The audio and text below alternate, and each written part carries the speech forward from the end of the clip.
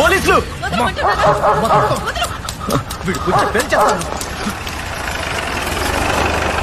Sir ఏంటేమైంది? ముసలావిడికి పిచ్చి పట్టింది sir. నన్ను తుపాకీతో కాల్చబోయారు. వెళ్ళు, అంటించు, నోటీస్ అంటించు.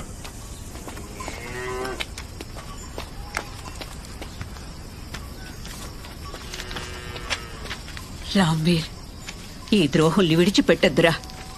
మీ నాన్న ఈ దేశం కోసం ప్రాణాలిచ్చాడు, గుర్తుంచుకో.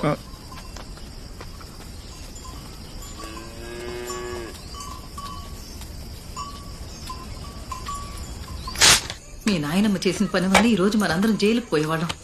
మనల్ని జైల్లో పెట్టేంత దమ్ము ఎవడికుంది? ఇలాంటి మాటలు చెప్పి అందరి బుర్రలు పాడు చేయకండి. వదలను, హైకోర్టుకి వెళ్తాను.